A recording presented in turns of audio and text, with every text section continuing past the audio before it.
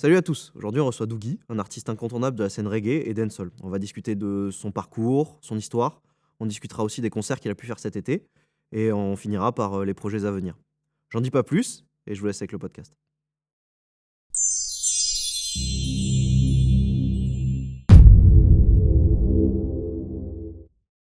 C'est un plaisir de te recevoir aujourd'hui. Donc tu es un chanteur de reggae et de dancehall. Tu vas nous Mhm. raconter dans 2 minutes ce que c'est ces deux styles musicaux et nous expliquer ça. Donc tu voyages beaucoup, en tout cas tu as beaucoup voyagé. Tu fais beaucoup de concerts, on en parlera. Et on parlera aussi un petit peu derrière des projets qui vont t'animer pour la suite. Donc on va commencer en te posant la question, qu'est-ce que c'est que le reggae et le dancehall? D'accord. Ben alors, le reggae et le dancehall, c'est deux styles musicaux issus de la Jamaïque. Donc, ce sont des styles qui sont cousins, mais qui ont quand même des spécificités particulières.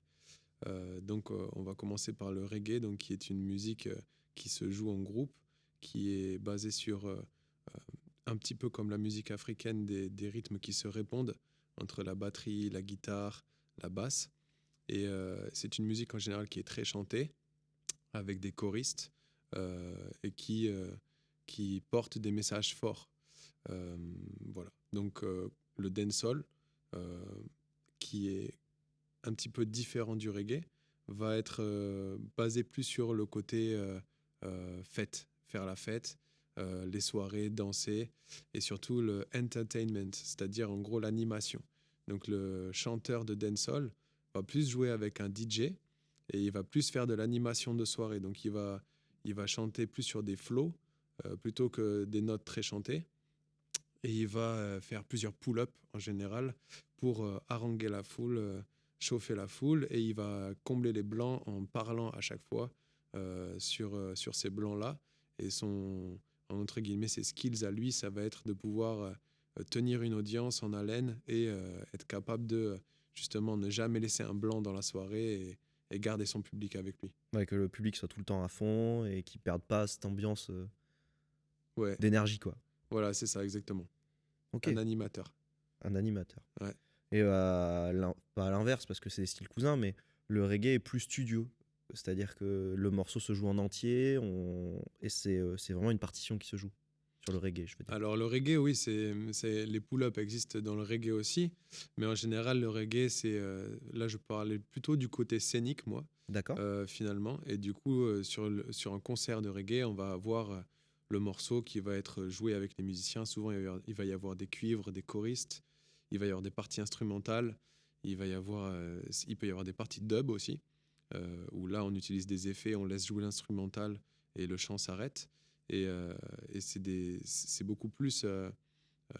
C'est un effet totalement différent et un ressenti totalement différent. Le reggae en général, ça parle plus à l'âme des personnes. Ça va chercher des messages. C'est beaucoup des messages basés sur le One Love, qui est donc l'amour universel, mais aussi des messages de rébellion. C'est une musique rebelle, le reggae, donc revendicatrice. Et, euh, et voilà, donc en gros, ça va être un état d'esprit totalement différent. Tu peux rentrer en transe ou tu peux rentrer dans des émotions totalement différentes sur un concert de reggae que sur un concert de dancehall, où ça va être plutôt justement mettre le feu dans la place et, euh, et chauffer les gens, quoi, entre guillemets. C'est pas le même but. Ok. Mm. Et qu'est-ce qui t'a amené à ces styles musicaux, toi, du coup? Alors moi, j'ai d'abord aimé le reggae, découvert le reggae et aimé le reggae par son côté fédérateur. Euh, donc euh, c'est une musique qui est libératrice aussi, qui unit les gens. Et tous ces côtés-là de cette musique, moi, j'ai adoré. J'ai découvert d'abord Bob Marley par cassette, à l'époque sur un baladeur cassette. Et j'ai beaucoup aimé sa musique qui m'apaisait vers l'âge de 14 ans, un truc comme ça. Ok. Et après, j'ai découvert le côté, quelqu'un joue un skank sur une guitare et on chante ensemble. Et ça, c'était un côté où justement, tu as de l'adrénaline parce que on freestylait, on se laissait partir tu vois, ce qui te passe par la tête. Et moi, comme si tu te jettes dans le vide un petit peu, tu vois. Et ça, c'était un truc qui me plaisait énormément. Donc, j'ai accroché d'abord au reggae comme ça. Et j'ai commencé à écouter du reggae jamaïcain par des amis. et du reggae français en cherchant un petit peu, en découvrant un petit peu, en découvrant un petit peu, notamment avec des groupes français comme Danakil ou The Big Corporation à l'époque qui sortaient leurs morceaux qui ont tourné partout sur le pays. Et des artistes jamaïcains qu'on m'avait fait découvrir. Et après, moi, en cherchant un petit peu plus, donc avec des artistes comme Anthony B, que j'ai adoré. On avait aussi Sizzla, Capleton, ce genre d'artistes, Jamason. Euh, voilà, c'est des artistes qui m'ont marqué. Et par la suite, euh, j'ai écouté du reggae, découvert du reggae, essayé de chanter, de jouer un skank à la guitare et de chanter par-dessus. J'ai essayé de faire ça aux alentours de 18 ans. Ok. Et après, plus tard, quand je suis allé voyager et que j'ai commencé, on va dire, à faire des concerts pour de vrai, et ma carrière de musicien en Australie, On euh, en parlera après. Ne va pas si vite, ne va pas si vite. Ta carrière en Australie, on va en parler juste après. ok, On reviendra c'est- dessus, t'en fais pas. d'accord, bah, c'était pour te dire juste que le dancehall, je l'ai découvert en Australie. Ok, mais on en reparlera tout à l'heure si tu Ok, veux bien. Bon, on vient d'entendre un téléphone sonner, c'est le tien, ouais. je suppose. Bon, tu nous parlais tout à l'heure de quelque chose. Il y a une raison pour laquelle tu as laissé ton téléphone allumé, par hasard? Ouais, il y a une raison, c'est que il va y avoir un heureux événement dans ma petite famille, et donc il faut que je garde le téléphone allumé pour être sûr que si j'ai un appel d'urgence, je puisse y répondre. Donc le téléphone restera allumé. Très Voilà, bien. exactement. Comme ça, vous savez pourquoi on a entendu un téléphone sonner. Bon, on va avancer sur la question qu'on commence normalement. Quelle est la dernière musique que tu as écoutée? Par exemple, la musique que tu as mis en venant dans ta voiture. Alors, bon, apparemment, il y a des nouvelles, je vais pas regarder, mais Tant que c'est pas un tant que c'est appel, on pas laissera l'appel, je laisse. les petits trucs. Du coup, la musique là, ma musique entre guillemets que j'écoute en ce moment et que j'étudie un petit peu, c'est Red, Gold and Green de Kabaka Pyramid, qui est un artiste jamaïcain. Et donc c'est une chanson que j'aime beaucoup parce que déjà c'est une chanson voilà, qui est vraiment qui est dans le style sound system que j'apprécie. Et puis surtout, musicalement, il se passe beaucoup de choses dans ce morceau. Et je suis un petit peu fan de la ligne de basse qui me fait vraiment kiffer. Quand on passe sur le couplet, la ligne de basse change et elle est vraiment, vraiment bad. Donc j'essaye de m'inspirer de ce morceau en ce moment pour un autre morceau que je compose justement avec Oren d'Australie, de Byron Bay. Ok. Et en gros, justement, j'essayais de switcher la ligne de basse sur les couplets. Et, euh, et voilà, et ce morceau m'a inspiré sur le fait d'amener cette ambiance dans le morceau juste en changeant la ligne de basse. Donc tu l'écoutes en boucle. J'avoue que je l'écoute beaucoup là en ce moment. Tu parlais du style sound system. Qu'est-ce que tu appelles le style sound system? Alors le style sound system, pour le coup, voilà, c'est issu de la Jamaïque aussi.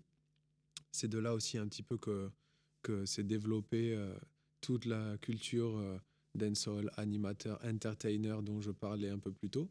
En gros, les sound systems, c'est des murs de son à la base que des personnes transportées, posées quelque part et lancer une soirée à partir de là.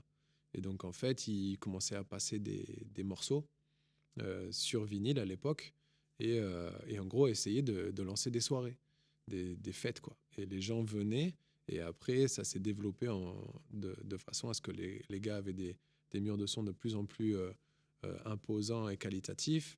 Les gens savaient que la soirée allait se passer là parce que les gars venaient là régulièrement et du coup ça créait vraiment des événements et du coup ça a créé toute une machinerie derrière qui a fait qu'il y a des DJ, des producteurs qui ont cherché des vinyles de plus en plus rares et qui ont commencé par la suite à faire enregistrer des artistes sur des versions spéciales qui s'appelaient des dubplates, Ok.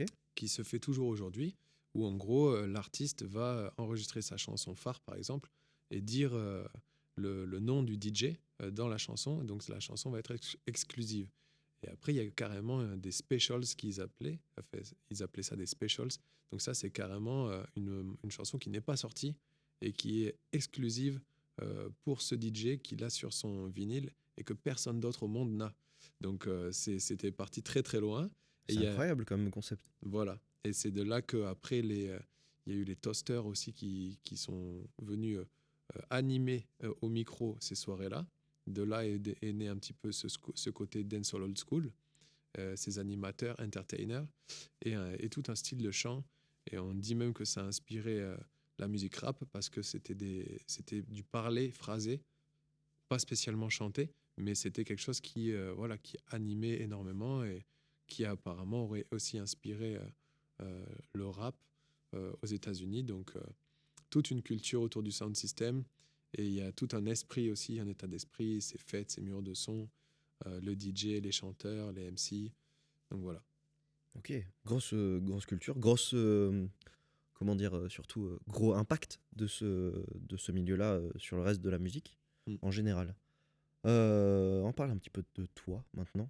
Donc, tu es originaire de Bordeaux, Exactement. mais tu es parti vivre en Australie pendant 5 ans, je crois, si je dis pas de bêtises. Qu'est-ce qui t'a poussé à partir là-bas? Ce qui m'a poussé à partir là-bas, c'est l'envie de découvrir le monde. Vraiment, j'avais besoin de découvrir le monde, j'avais besoin de liberté, j'avais besoin de voir du pays. J'étais passionné de nature, j'avais envie de voir ces grands espaces, ces animaux, euh, quelque chose de différent et de grand. Et c'est ça qui m'a attiré là-bas. Et j'avais besoin de me construire aussi en tant que personne et d'apprendre à plus me connaître et de me mettre au défi en partant loin pendant longtemps. Et j'avais cette envie-là qui m'a aussi été donnée par le fait que j'étais dans un boulot en France que j'aimais beaucoup, qui était le métier d'animateur dans un centre de jeunes. Je faisais aussi de la médiation dans ma ville auprès des jeunes. Et simplement, j'ai monté beaucoup de projets, mais on avait un côté qui était assez restrictif du fait qu'on n'était pas en association, mais en bossant pour une mairie, donc D'accord. dépendant toujours de budget voté, ainsi de suite.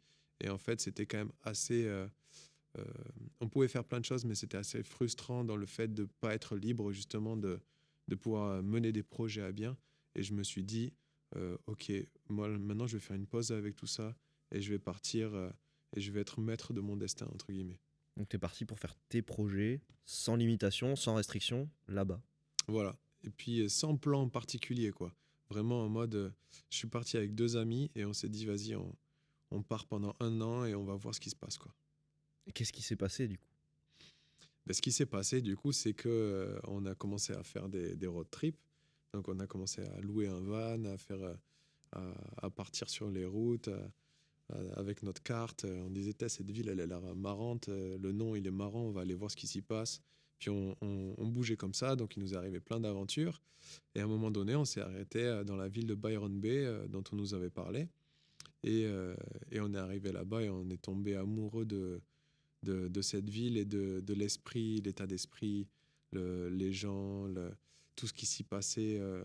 Donc c'est une ville un petit peu hippie surfeur, on peut dire, mais aussi un ancien lieu de rencontre pour les aborigènes. Donc il y a aussi une mystique autour de ce lieu. Euh, donc il s'y passe plein de choses. Si on aime l'océan, on peut surfer tous les jours là-bas. Si on aime la musique, on peut jouer tous les jours là-bas, aller écouter des concerts tous les jours là-bas. Et si on aime les gens, euh, socialement, il se passe énormément de choses. Il y a plein de façons de vivre quand on a peu d'argent là-bas. Donc il y a plein d'endroits où on peut se retrouver, des auberges de jeunesse. Il y a même plein de gens qui vivent dans la forêt carrément en tente. Donc il y a des mini-communautés qui se créent un petit peu partout. En tout cas, quand j'y suis allé à l'époque. Et Culturellement, c'est bouillant en fait. Ça voilà, bouillonne partout, quoi. c'est un lieu hyper créatif, hyper riche pour se développer en tant que personne. Et, et humainement, c'est incroyable ce qui s'y passe. Et toi, tu as eu la chance de faire un concert là-bas. Alors oui, je me suis du coup installé là-bas. On s'est installé là-bas avec mes amis Ah oui, et carrément. on est resté là-bas pendant 8 mois, un truc comme ça.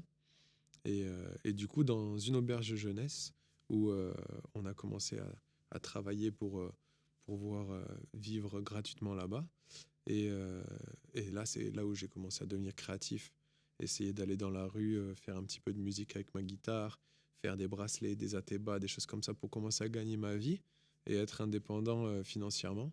Et du coup, ça s'est passé de cette façon-là. Et on m'a invité sur scène euh, dans cette auberge de jeunesse. J'ai fait mon premier concert solo acoustique. Et dans la rue, on m'a invité à faire un concert euh, euh, en sound system avec un DJ et un chanteur qui se sont arrêtés et qui m'ont permis de monter sur scène dans un bar, dans une soirée qu'ils organisaient. Donc j'ai découvert la scène là-bas. Et, et quand j'ai découvert ça, ça a été le début enfin, c'était comme un virus en fait. Moi, j'ai tellement aimé ce qui s'est passé là-bas, ce qui se passait avec les gens, l'adrénaline en moi, euh, l'échange qu'on pouvait avoir, que je me suis dit, c'est bon, j'ai trouvé ce que je veux faire, quoi. De la scène, de la musique. C'est ça qui te Voilà, plaît, c'est quoi. revenir vivre ça et puis et pouvoir partager ce sentiment-là avec les gens. C'était comme, enfin, ouais, c'est quelque chose qui est fort. La scène, c'est quelque chose qui est fort et qui, quand on a ça qui vibre en nous, euh, on peut plus s'en passer parce que ça donne un sens à ta vie presque. Parce que quand tu es sur scène, d'une, tu vis à 100%, tu peux pas faire semblant. Tu as mis beaucoup d'efforts, d'énergie pour arriver là. Et le moment, il est extrêmement court finalement. On va travailler, euh, on va travailler pendant des mois pour jouer pendant 1 heure sur un concert. Ce moment-là, il est intense, quoi. Donc tu le ressens vraiment différemment. Et en plus de ça, c'est un lieu où je peux partager avec les gens. Moi, j'ai des choses à donner, entre guillemets. J'ai besoin de donner des choses, de partager des choses et des valeurs. Et des fois, il n'y a que là que je suis capable de vraiment les partager, Ouais, quoi. t'arrives à t'ouvrir, à te livrer au public à 100% et à Voilà. te lâcher. Je ne saurais pas forcément le faire de la même manière dans la vie de tous les jours, mais sur scène, je peux le faire. Et du coup, quand je suis sur scène, je le fais et j'arrive à connecter avec les gens et à leur donner de la force et cette envie aussi que j'ai en moi. Et quand il se passe ça, on est tous ensemble et on se donne tous ensemble de la force. Et moi, pour moi, ça m'apporte quelque chose dans ma vie, quoi, que rien d'autre ne m'apporte à part ça. C'est beau. Mm. Ça a commencé en Australie, à Byron Bay. Voilà. Qu'est-ce qui a fait que t'es revenu dans la région bordelaise, là où t'as grandi? Alors d'abord, j'ai fait plein d'allers-retours France-Australie à un moment donné pour essayer de vivre de la musique, parce que j'ai commencé à vivre de la musique là-bas. Et après, j'ai essayé de rentrer l'été en France et développer ma musique en France. Je me suis formé dans une école de musique, le SIAM à Bordeaux. J'ai rencontré des groupes. J'ai commencé à essayer de jouer avec eux et me développer. Mais je gagnais pas ma vie en France et je la gagnais en Australie. Donc je repartais là-bas 6 mois de l'année. Et à un moment donné, je me suis dit, j'avais un peu fait le tour, on va dire, là-bas. Et je me suis dit, bon, je vais essayer de me lancer ici aussi, de me lancer par rapport à mon projet propre, euh, ma musique seule, et pas tourner avec un collectif ou un crew. Essayer de devenir indépendant dans ce métier autour de ma musique. Donc construire mes fondations, mes bases, repartir à zéro un petit peu et reprendre ce défi en solo, en recréant une équipe autour de moi avec des musiciens, des techniciens, euh, bah, une boîte de production, un label, fait tout ce qu'il faut pour se développer. C'est plus l'équipe est grande et plus on peut se développer. Et donc, à partir de 2019, je suis rentré, je me suis dit, je vais faire un album acoustique parce que j'avais pas mal de chansons acoustiques écrites avec ma guitare quand je voyageais, etc. Et j'avais un ami qui s'appelle Nicolas qui a Army Productions, c'est le nom de son studio, D'accord. m'avait proposé de faire un album acoustique avec lui. Donc j'ai dit, ok, vas-y, on va faire ça. Et on est parti sur ce projet. Et après, bon, le Covid est arrivé quelques mois après. Donc, on a été bloqué en France. Et depuis, je suis toujours pas retourné en Australie. euh, parce que j'ai donc commencé à essayer de développer mon projet après le Covid aussi, pendant et après, parce que j'ai pu faire cet album qui est sorti en 2022. Et après, j'ai continué dans la foulée en essayant de me développer depuis ici. Et je suis devenu intermittent du spectacle. Donc maintenant, je vis de ma musique en France. Donc j'ai réussi à cocher ces cases. Et, euh, et bientôt, peut-être, je pourrai repartir faire une tournée en Australie. T'as rempli tes objectifs pour la France en tout cas. T'arrives à vivre de ton métier. C'est beau. C'est pas beaucoup. Il y a pas un nombre de musiciens incroyable qui arrivent à faire ça. Euh, Tu as un label qui te suit, qui Mm. s'appelle Évidence Musique. Comment ça va passer ta rencontre avec eux? Alors, eux, euh, c'est l'Australie qui m'a apporté ça.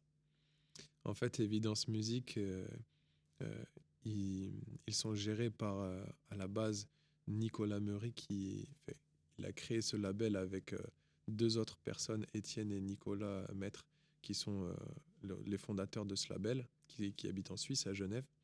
Mais Nicolas fait aussi partie de Little Lion Sound, qui est un- en gros un crew de DJ. Ils sont deux à la base. Euh, et si tu veux, moi j'ai rencontré Jan Ali, qui était l'autre DJ en D'accord. Australie, à Byron Bay, à cette époque où je commençais. Et on a bien accroché en tant que personne. On a accroché aussi musicalement. Il faisait des concerts, il m'a invité pareil à chanter avec lui. Donc on a bien linké comme ça. Et par la suite, j'ai rencontré Nicolas grâce à Jan Ali. Et je les ai invités à venir sur des soirées reggae euh, que j'organisais ensuite en France, parce que je les ai d'abord organisés à Byron Bay, puis après, je les ai exportés en France et je les ai fait venir. Et en fait, on s'est rencontrés, puis en fait, après, on a fait une tournée dans les Alpes. Et en fait, on a continué à s'inviter de temps en temps à faire des choses ensemble. Et ils m'ont proposé de faire la distribution digitale de mes morceaux, c'est-à-dire de mettre mes morceaux sur les plateformes de streaming. Et donc, on est parti comme ça. Donc, ça, c'est depuis 2017-2018 qu'ils me distribuent. Mais voilà, c'est juste mettre des chansons sur les plateformes. Il n'y avait pas spécialement de promotion ou de production ou quoi que ce soit derrière. D'accord. Et par contre, récemment, mon projet a évolué, leur label a énormément évolué, devenu international, il est devenu un des plus, je pense, un des 10 plus gros labels reggae du monde. Je pense que je peux dire ça sans, voilà, sans mentir. Et du coup, le fait aujourd'hui que moi j'ai pu évoluer, ils m'ont donné plus d'opportunités. Ils m'ont fait un petit peu de promotion avec des vidéos et des productions avec quelques titres qu'on a sortis ensemble. Et là, ça me donne un élan énorme depuis un an que je connaissais pas avant. Donc, je les en remercie. Une connexion qui s'est fait encore une fois en Australie. Oui, Vraiment un pays hyper important, et même Byron Bay, encore une fois, pour toi, c'est vraiment la clé de voûte de ta carrière en réalité. complètement. C'est là-bas où j'ai rencontré déjà beaucoup de personnes qui m'ont donné de la force. Donc, tout un crew avec qui on a créé ces soirées reggae qui nous ont tous permis de vivre de la musique, qui sont devenues les plus grosses soirées reggae du pays, donc qui nous ont donné un élan de fou, permis de jouer avec plein d'artistes internationaux qu'on qu'on adorait, qu'on jouait dans les soirées. On mettait leur musique et puis après on jouait avec eux. Donc c'était incroyable parce qu'il s'est passé une histoire incroyable là-bas pour nous. Et puis oui, en plus de ça, on rencontre des gens de partout dans le monde, donc on se fait des connexions partout dans le monde grâce à ce point de rencontre. Et moi, ça m'a donné aussi la liberté de m'exprimer en tant que personne et en tant que chanteur, parce que j'étais un débutant vraiment quand je suis arrivé là-bas. Et j'ai créé des concerts, j'ai joué sur scène. J'ai dû faire 100 concerts en Australie avant d'en faire un en France sous mon nom de Doogie. D'accord. Et en gros, ouais, voilà, ça m'a donné cette force et cette détermination, motivation de pouvoir faire ça chez moi. Et je ne sais pas si j'aurais pu être musicien aujourd'hui en France si j'avais si je n'avais pas vécu ce que j'ai vécu à Byron Bay. Et c'est toi qui créais tes propres soirées de reggae. Ouais, on a fini par créer nos soirées quand tous les gens qui m'ont invité sont partis. Et on a voulu continuer. Et donc là, c'est moi qui ai démarché un bar, qui ai trouvé un bar qui nous accueillait, qui ai trouvé des musiciens, des amis avec qui j'ai organisé ces soirées.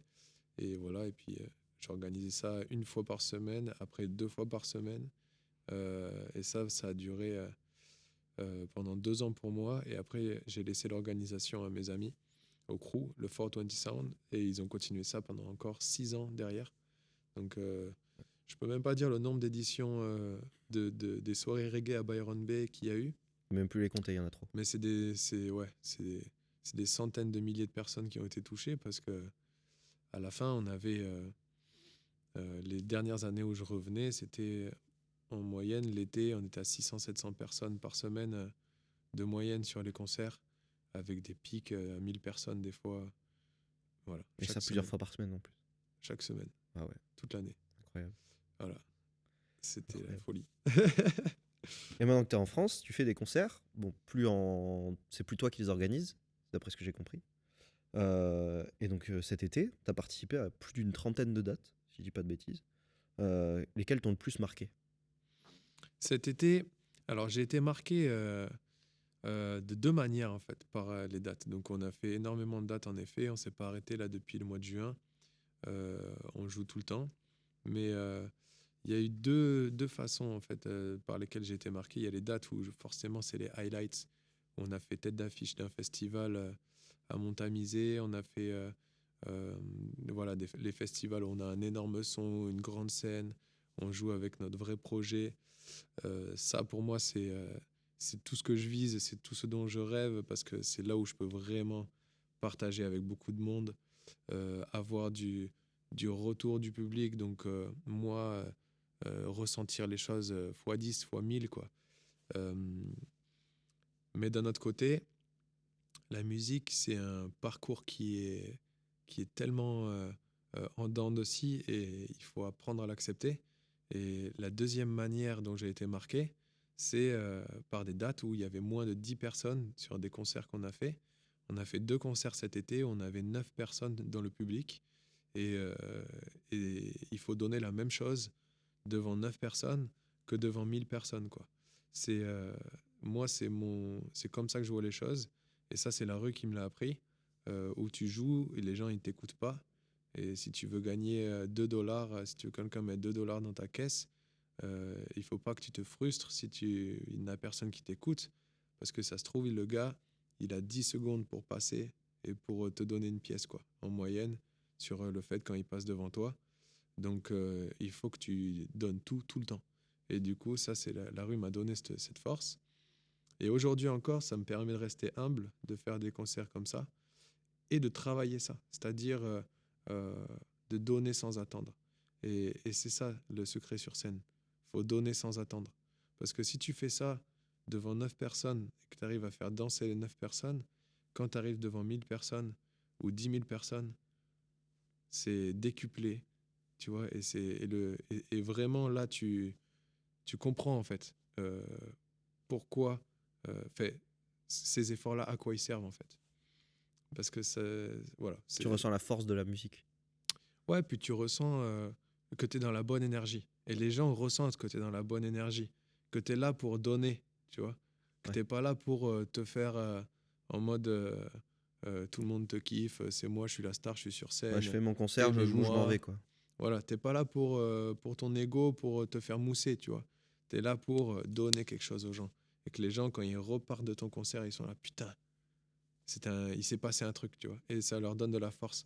Ils étaient tristes avant d'arriver, ils repartent, ils ont le sourire, tu vois. Ils ont quelque chose en eux, tu vois. Et là, t'as réussi ton travail. Voilà, moi, c'est juste ça que je cherche. Et je le cherche pour eux, mais je le cherche pour moi aussi, finalement, tu vois. Et si je crée pas ça, c'est pas que j'ai raté mon concert, mais presque. En fait, même si j'arrive pas à le créer pour eux, il faut que j'arrive à le créer pour moi. Et si j'arrive à le créer pour moi, j'arrive à le créer pour eux. Donc, je ne dois pas me frustrer. Ça, c'est un apprentissage qui m'a pris des années, tu vois. Parce qu'au début, quand ça commençait à marcher en Australie et tout, qu'après tu reviens, tu refais de ce genre de concert-là, ça te frustre. Mm. Et du coup, c'est difficile des fois de passer au-dessus de ces sentiments-là. Mais avec le temps, je comprends de mieux en mieux pourquoi je fais ça, ce que ça m'apporte. Et du coup, voilà comment j'ai été marqué cet été. Et quand je suis arrivé dans le festival en tête d'affiche, c'était incroyable. Et tous ces moments-là où c'est moi qui donnais, ben là, j'ai reçu, tu vois. J'ai reçu et ça comble tout, tu vois. Tout ce manque, des fois, d'énergie ça comble tout. Et genre, j'ai fini par sauter dans le public. Et donc ça, je t'en parlerai un petit peu plus tard. Justement, on va enchaîner directement sur les anecdotes. Voilà. Donc, les anecdotes de cet été, si t'en as, et Mm. puis même des concerts que t'as fait, des trucs qui sont passés en coulisses, enfin, sauf les choses qui doivent rester en coulisses. Ça, tu peux les garder pour toi. Dis-moi. Bah, je vais te parler de celle-là, pour le coup, parce que justement, je te l'ai amorcé. Donc, en gros, ouais, ce concert-là, ben, ça s'est tellement bien passé. En fait, j'ai toujours rêvé de sauter dans le public. Tu vois. Je me suis dit, j'avais vu une fois Naman et Papa Style à la tournée des plages du Sunska, qui étaient partis dans le public. Tu vois, genre moi, à l'époque, j'étais juste fan de reggae, mais je chantais pas encore et tout ça. Et je les avais vus, j'étais là, waouh, c'est incroyable. Le feu qu'ils nous ont mis, tu vois, genre, je voulais vivre ça dans ma vie. Et je me rappelle de Papa Style qui était sur le public et qui continuait à faire un fast style avec le micro alors que les gens le portaient. Je m'étais dit, si jamais je fais ça un jour, je veux garder le micro dans la main.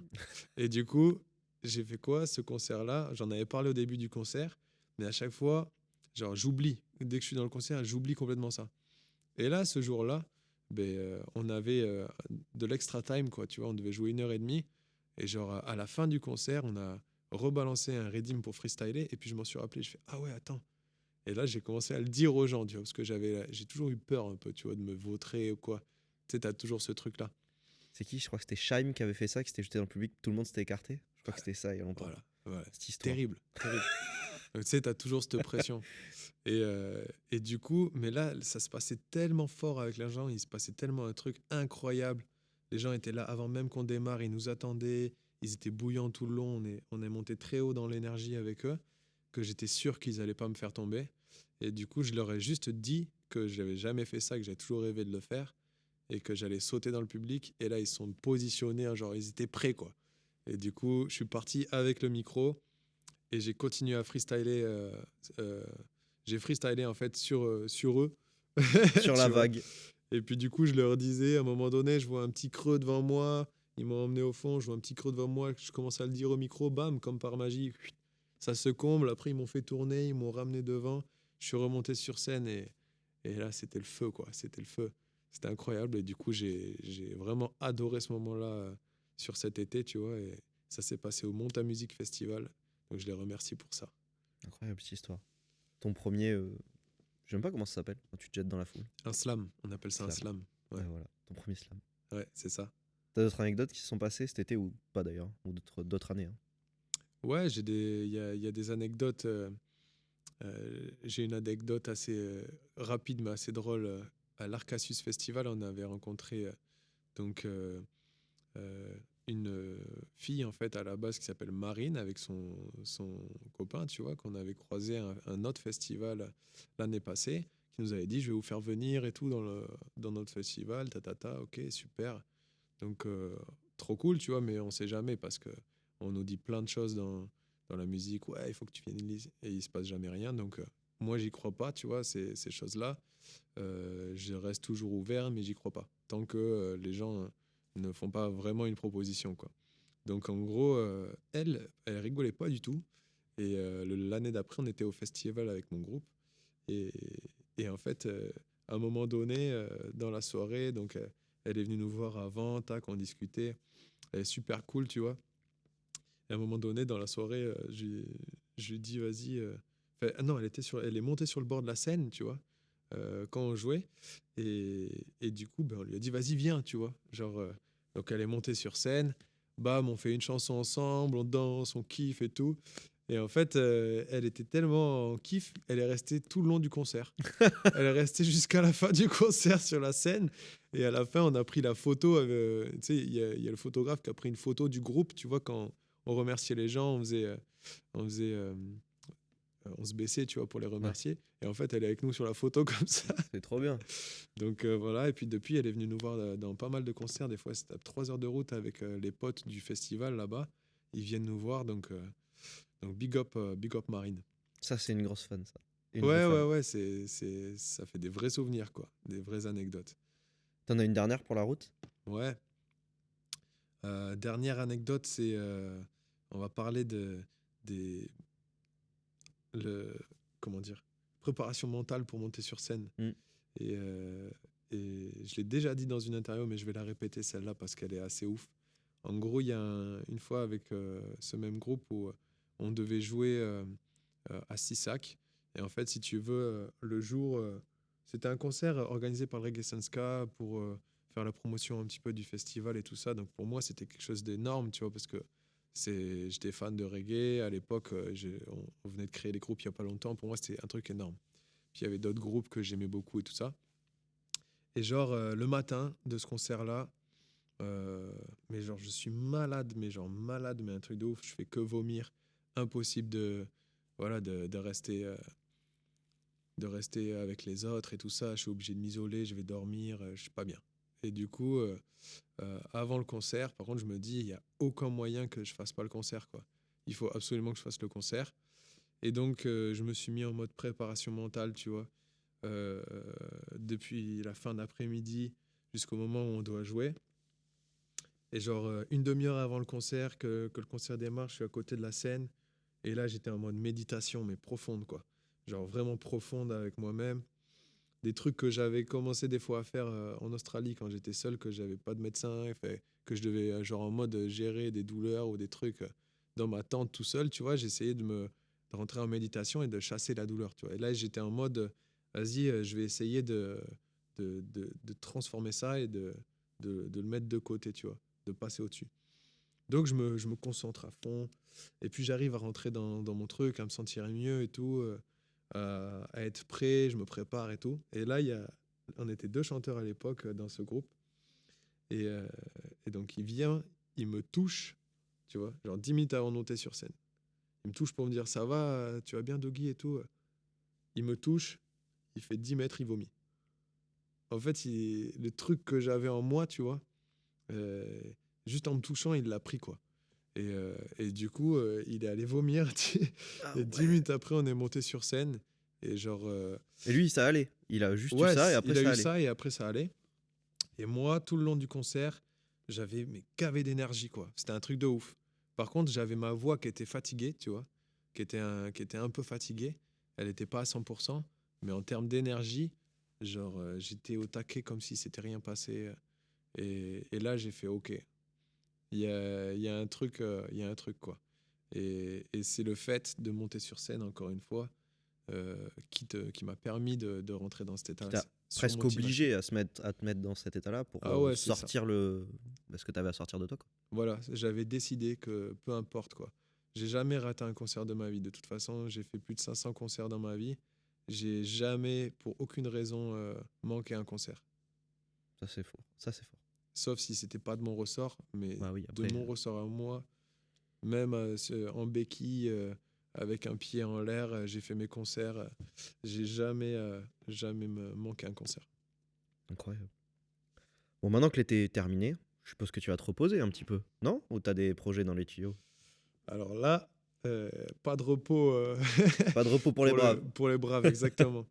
Donc j'aurais aimé me reposer, mais euh, en premièrement, il y a donc un heureux événement qui arrive, donc priorité. Ouais, on en a parlé un petit peu au début, Et, effectivement. et Ça, ensuite, j'ai des projets. Euh, Là, j'ai un projet d'album qui va sortir dans l'hiver. Donc, je me suis battu pour arriver à, à mettre, entre guillemets, la vie de famille en même temps que la tournée, euh, faire ce qu'il y avait à faire pour arriver là, à cette période-là, et en même temps d'essayer de préparer l'album. Donc là, je suis presque à la fin, mais il va me manquer un peu de travail voilà, pour mettre toutes les choses en place pour cette sortie d'album. Donc là, c'est priorité à... Je vais prendre un petit peu de repos avec la famille, mais à la maison, je vais rester à la maison. Mais je vais quand même travailler sur cette sortie d'album pour que tout se passe bien. Donc pour moi, c'est sorti dans ma tête. Le plan, c'est sorti en février. Euh, Ok. on va lancer un... Toujours le téléphone allumé au cas où l'heureux événement arrive, on sait pas quand. Voilà. On va voir ce qui se passe, mais... donc, en gros, voilà, sortie en février. Je vais organiser une soirée de sortie d'album à Bordeaux. Donc, organisation de cette soirée-là aussi. Et je vais lancer un financement participatif euh, pour pouvoir me permettre d'assumer tous les frais de l'album. Parce que là, c'est pour la première fois, on va dire, de ma carrière, entre guillemets. Là, j'ai vraiment l'opportunité de sortir un peu l'album dont j'ai toujours rêvé, quoi. Avec des grosses productions instrumentales, quelque chose qui va vraiment me ressembler, qui va danser, qui va donner de la joie, de l'énergie. J'ai des morceaux en français avec des messages aussi. Euh, j'ai des producteurs euh, de renom un petit peu, des featuring avec des artistes que j'aime beaucoup. Là, ça va être un gros album, quoi. Vraiment, ça va être on va dire ma carte de visite, mon identité. Elle va être posée. Ça va être style sound system. Et, euh, et je veux le faire du mieux que je peux parce que là, je suis appuyé par Evidence Music sur la sortie. Ok. Euh, je vais être appuyé par Musical Impact aussi, un attaché de presse qui va me permettre d'essayer de bien diffuser cet album. Mais voilà, il faut mettre les fonds Ouais, nécessaires pour parce que pour le créer faire l'album. bien, tu vois. Et là, je mets les fonds nécessaires. Je veux pas faire les choses à moitié. Donc, donc là, c'est parti et je demande, je vais demander de l'aide aux gens qui me soutiennent pour pouvoir le mettre en vie de la plus belle des manières. Et, et donc voilà. Donc le financement participatif. À l'heure où on parle de suite, il n'y est pas encore, mais au moment où vous verrez la vidéo, normalement, il sera en ligne. Exactement. Tu le fais sur quelle plateforme? Je vais le faire sur Ulule. Ulule, Et d'accord. normalement, le lien, ce sera Doogie The Album. Ok, ah oui, c'est vraiment The Album, c'est l'album de ta vie, quoi. Je l'ai appelé, ce sera pas le nom définitif de l'album, En tout cas, pour le mais financement, c'est... parce que je veux laisser la surprise pour le nom de l'album D'accord. un petit peu plus tard, mais je l'ai appelé, voilà, le The Album, c'est ce que je dis tout le temps quand j'en parle dans ce financement participatif, parce qu'en effet, pour moi, c'est comme ça que je le ressens, c'est The Album que j'aurais sorti jusqu'à présent, et, euh, et voilà. Ok, très bien. Et qu'est-ce qu'on peut te souhaiter maintenant pour la suite?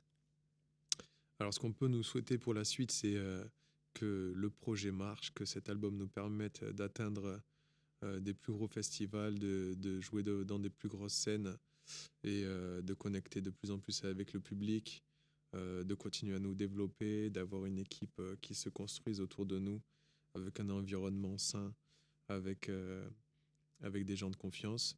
Et, euh, et puis après, le bonheur, la joie, la santé. Ouais, les choses classiques en réalité qu'on oublie souvent de dire quand on demande ça. Effectivement. Voilà, simplement qu'on continue à évoluer, à grandir et que le public grandisse avec nous. Notre public grandisse avec nous. C'est beau. Parfait. Bon, déjà, merci encore d'avoir été avec nous, de nous avoir accordé du temps pour cette interview. On va finir avec la dernière question qu'on pose à tout le monde. La question qui est un petit peu difficile. Si tu dois citer une seule œuvre d'art qui t'aurait marqué dans ta vie, laquelle ce serait? Ok, donc là, euh, c'est un musée. Un musée? C'est un musée.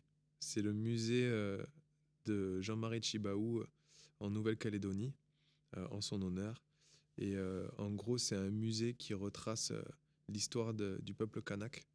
Euh, et donc, quand j'étais là-bas, j'ai visité ce musée et j'ai découvert l'histoire du peuple kanak que j'ai approfondi avec sa biographie, la biographie de Jean-Marie Tjibaou, qui est un, un homme qu'on pourrait apparenter à un Martin Luther King ou à un Nelson Mandela pour la Nouvelle-Calédonie, qui s'est battu et qui a lutté pour l'indépendance de Kanaki toute sa vie et qui a réussi à obtenir euh, sa reconnaissance auprès de l'ONU, mais qui n'a pas réussi à obtenir l'indépendance de Kanaki auprès de la France. Euh, mais ça m'a fait découvrir l'histoire de ce pays et ça m'a fait découvrir l'histoire coloniale de la France.